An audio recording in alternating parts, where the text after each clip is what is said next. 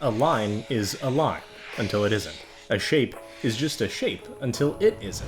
One dimension followed by two dimensions, but in order to make characters more appealing, more dynamic, and more real, you need a third element. In this video, we're using your characters to show how form is an essential element in 95 to maybe 99% of character designs. And if you aren't careful, you could leave your characters looking flat, lifeless, or inconceivable. It's been a while since we did a critique format like this. Way back in the early days, I was straight uploading the videos that I had made for students, which was the absolute bare minimum I could do.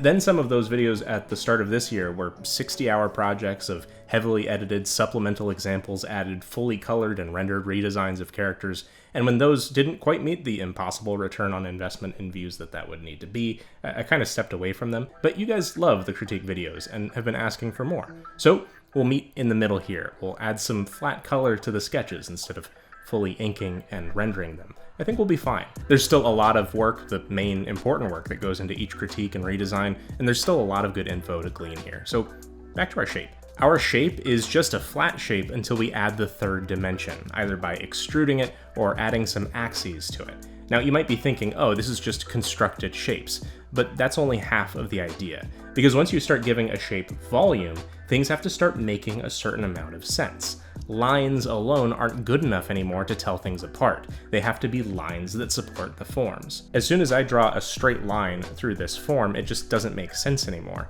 And when you're making a character up, where an audience needs to know, understand, and care about them as fast as possible, there's no room to confuse people about what form is supposed to be what.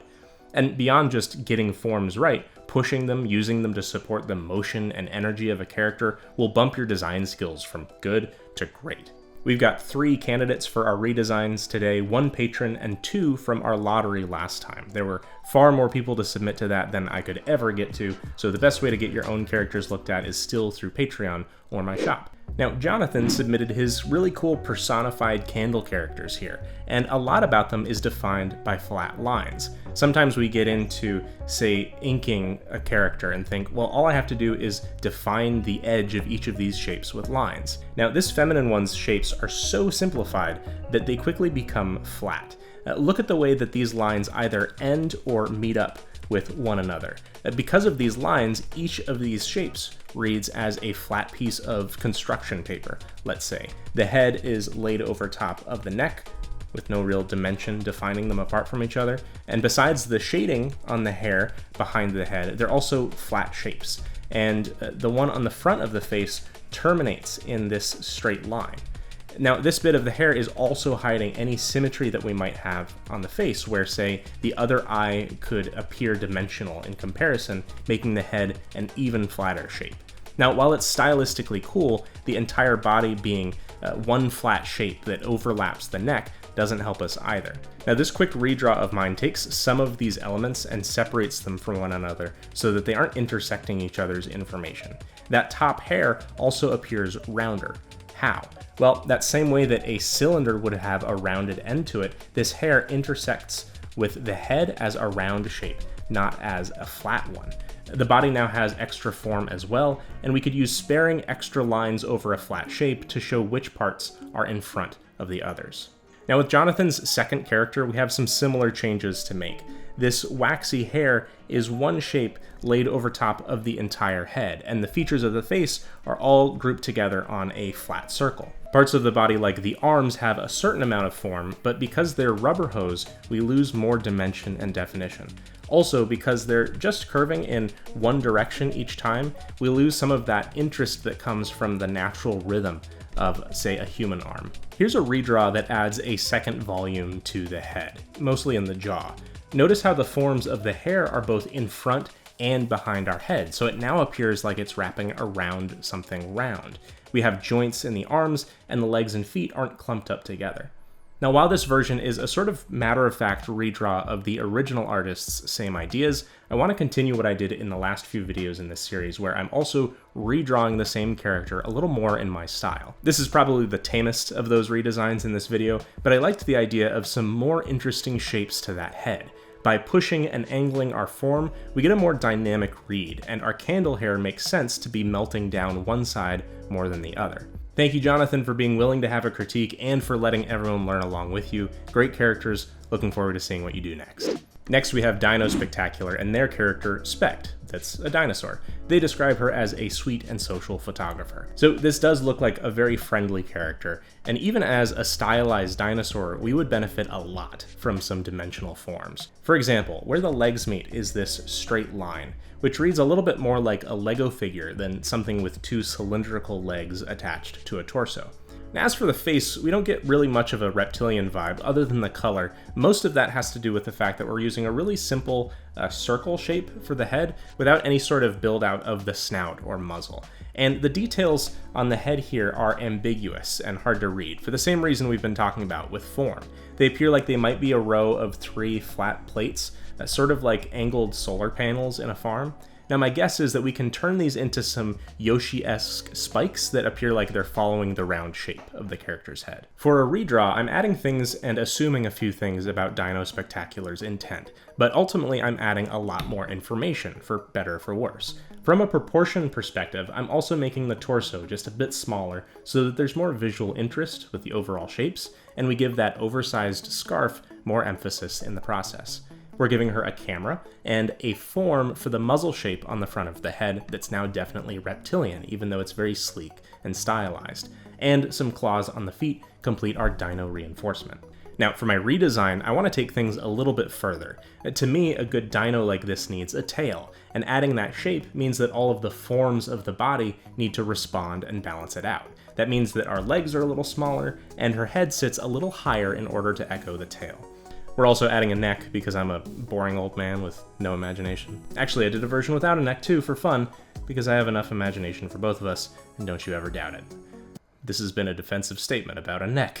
Thanks, Dino Spectacular. Honestly, we need more kind and friendly characters like yours, and I hope I did her justice. Our final candidate today is Grace, who has not one, but 3 characters that I wanted to take a look at. Grace has some fantastic alien characters that are already showing a lot of great examples of form.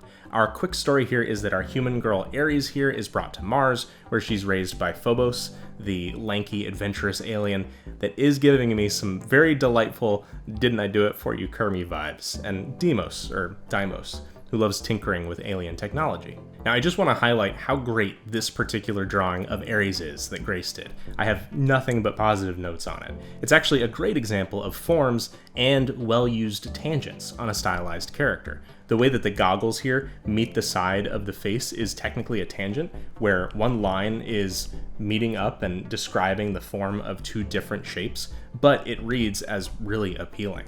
All of the shapes on the head, despite looking sketchy and loose, all connect to one another and describe the 3-dimensional information of this character's head. So really solid work, and we'll use some of this to inform our interpretation of the character later on. At first, I played with the shapes of our Phobos character, because the one piece of art submitted for them is not only made up of flat, stylized shapes, but also very skinny and long shapes, so we have our work cut out for us. For example, does this art describe 1 alien ear down the middle of the head, or 2 like you'd see on a rabbit or a dog? Now, the way that this shape lays over top of the red mane of sorts makes me think 2 ears. As for the mane itself, is it attached to the ears and extending like a frilled lizard upwards, or laying down a bit more around the neck? I pursued both options in my sketches, but this ends up being the danger with forms and tangents when they work to confuse our audience instead of clarify things for them. Another question I had while studying this character is just how much emotion can we get out of them with a skinny face, no eyebrows, and no mouth? We want to avoid encumbering them with extra shape details that affect the sleekness of the design, but we also don't want them to stay emotionally limited. Or my worry here, not sentient enough to be an adoptive parent to Ares. We'll get back to Phobos at the end. Next, I wanted to work on Deimos. They're very expressive, and they carry a worried expression, which complements our clearly expressive and determined human character well. The forms here, again, are very simple but clear. Grace understands how to curve the facial features and even the textured markings around the dimensional forms of the character. The arms and hands play a little flat, but that's almost earned by the rest of the character being plausibly dimensional, kind of like the arms that you might see in certain styles of animation.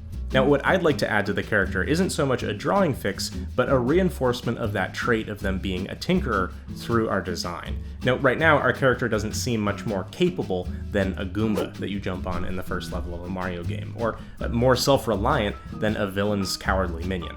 But don't worry, I'm not going to strap a pair of goggles to their head.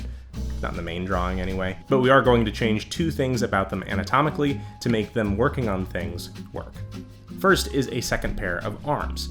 Anyone who's held a flashlight and a number 12 wrench for their dad in the garage for a few hours knows the value of a second pair of arms. With characters, we have to space these on the body well so that it works.